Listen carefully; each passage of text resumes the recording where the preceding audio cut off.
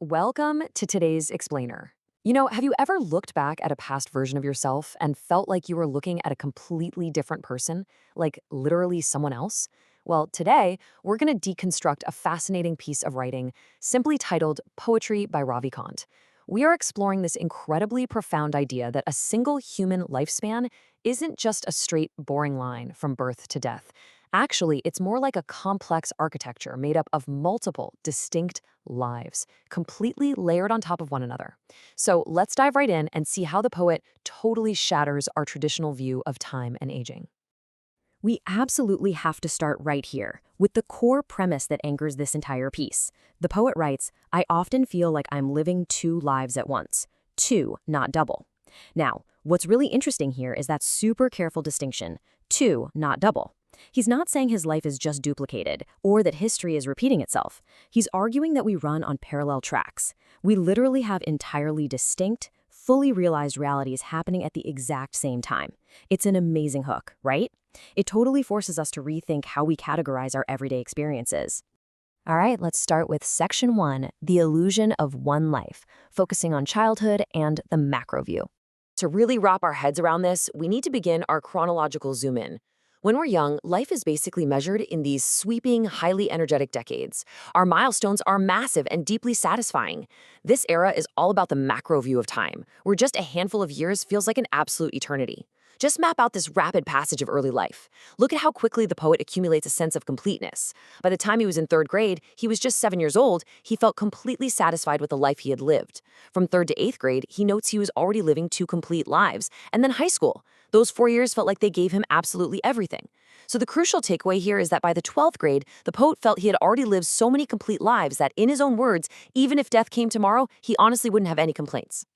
And this brilliantly illustrates exactly how he was living multiple lives. This is his very first realization of those parallel tracks we talked about. You've got home life on one side and school life on the other. At home, just having his housemate was enough to make that existence feel entirely whole, complete. But at the exact same time, the school life was full and quite enough on its own too. Two separate spheres, two complete fulfillments running simultaneously. This basically sets the blueprint for the rest of his lifespan. Moving on to section two, the glory of university, those lion-hearted years. Let's move to the next era and see how this builds. From the simple satisfaction of childhood, we transition into the boundless energy and pride of the university years. And wow, this is a massive shift in the poet's evolving consciousness. It's an era of just pure confidence. The progression here is incredibly vibrant. First, passing the BA. The poet thinks, man, what a brilliant new kind of life I'm living.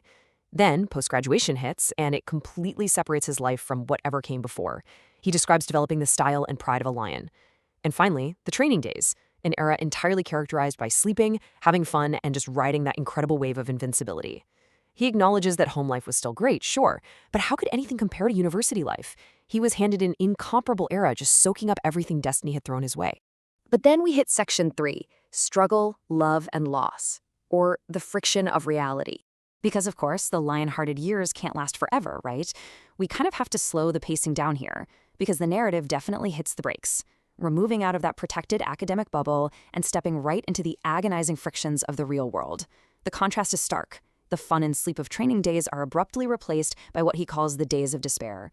Look at the hurdles he faces: severe unemployment, empty government treasuries where governments aren't even distributing salaries, being thrown into brutal competitions with totally unknown rivals, and being denied the official status he'd worked so hard for. Yet, and this is so important, the poet explicitly states that even though these days were cut through with great difficulty, he still considers this painful era to be a complete life given to himself. The struggle itself is an entire lifetime.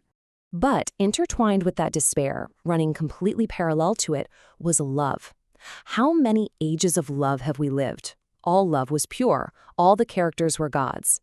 Even in the darkest professional periods, the poet experienced love that blossomed with this golden glow and the fragrance of happy shame.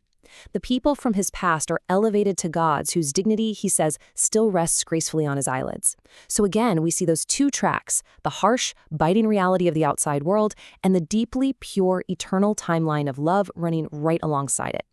As time marches on, though, the separation between the inner and outer life becomes honestly devastating. On one side, we have the house. The poet describes death swooping down, beloved family members flying away one by one until the home is increasingly marginalized. On the other side, we have the office. While his home literally empties out, he spends decades erecting a professional tent, polishing the sparkle of a perfect, albeit completely exhausting, outside life. And this brings us to one of the most deeply poignant details in the entire text. The poet notes that he only started asking for leave from work with absolute confidence when there was no beloved family member left to visit. Just sit with that for a second. He left home in his youth with his chest puffed out, full of pride, but now he keeps moving forward in the professional world, hoping to regain control, precisely because the original beloved inhabitants of his inner world are just gone. It is such a profound, heavy observation on grief and duty. Which leads us to Section 4, Rebuilding with New People and Continuing the Two Lives. The human spirit is remarkably adaptable, isn't it? This explainer wouldn't be complete without examining how we shift our focus to resilience. The poet doesn't stop living. He actually finds a way to integrate this deeply recognized grief with new heights of joy. The walls of the house have been built with new people. Yes, this house is lovely too. The ages haven't ended just because the players have changed. The poet accepts that while the original family members have passed on, the physical and emotional structure of the home is repopulated. The cycle doesn't break. The two parallel lives are still going on continuously, holding each other up. There's a really deep acceptance here that life moves forward, bringing new joys even right alongside the old sorrows.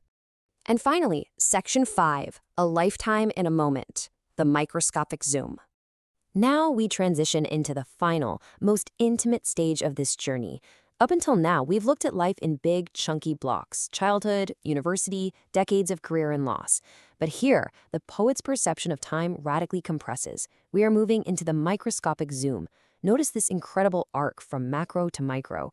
We started by measuring life in massive multi-year eras, the decades of youth and career. But as the poet ages and admits to being kind of fed up, the measurement changes. Now, every single morning feels like a whole lifetime. Then it shrinks even farther. Just a piece of an hour holds immense emotional weight. Finally, a single moment contains an entire age. Time isn't moving faster. Rather, the density of feeling within a tiny fraction of time has become absolutely immense. Let's really reinforce this time compression. Because what actually constitutes a whole lifetime for the poet now? It's every evening. It's a single moment. It's literally any random passing incident. It's even a complete unconscious statement of thought running through his mind while doing some totally menial work. Because he has lived so many lives already, even a fleeting unconscious thought carries the heavy, complete narrative weight of an entire lifespan. The architecture of his mind is so unbelievably rich that a split second is enough to house a complete emotional universe. And that brings us to our concluding thought, which is a brilliant distillation of everything we've explored today. The total number of my living wishes must also be added to the number of my ages. It completely challenges everything we assume about growing older. Are we really just the sum of the years we've been alive? Or is our true age actually defined by the sheer volume of overlapping lives we've experienced, the distinct eras we've survived, and the heavy, unfulfilled wishes we still carry within us? Next time you feel like a different person than you were 5 years ago, remember this text.